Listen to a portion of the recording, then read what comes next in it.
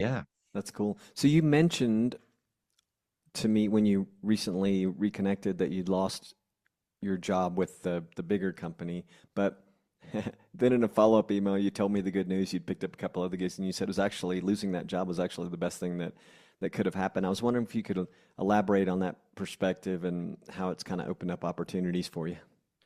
Yeah. So when I was working at a bigger company, I was one person in a group of, I want to say, between like 10 and 20 people, like a music team, sound music team. Hmm.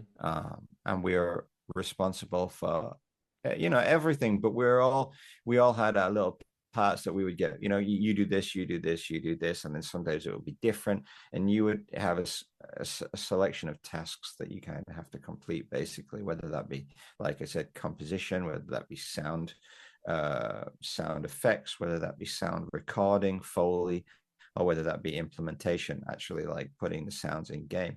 You would separate those tasks between the members, and then you would all have your specific task, which is great because it makes things easy to do. You can compartmentalize everything and you can work on your specific thing. The problem is if you have someone in the team, let's say, whose their thing is this and that's all they do, then you might never get a chance to be able to do that one thing. And so like I felt that way specifically about implementation, which is actually putting sounds in game, which is something that, yeah, as just like essentially a rock guitar player at heart, there's no reason for me to ever have to do that.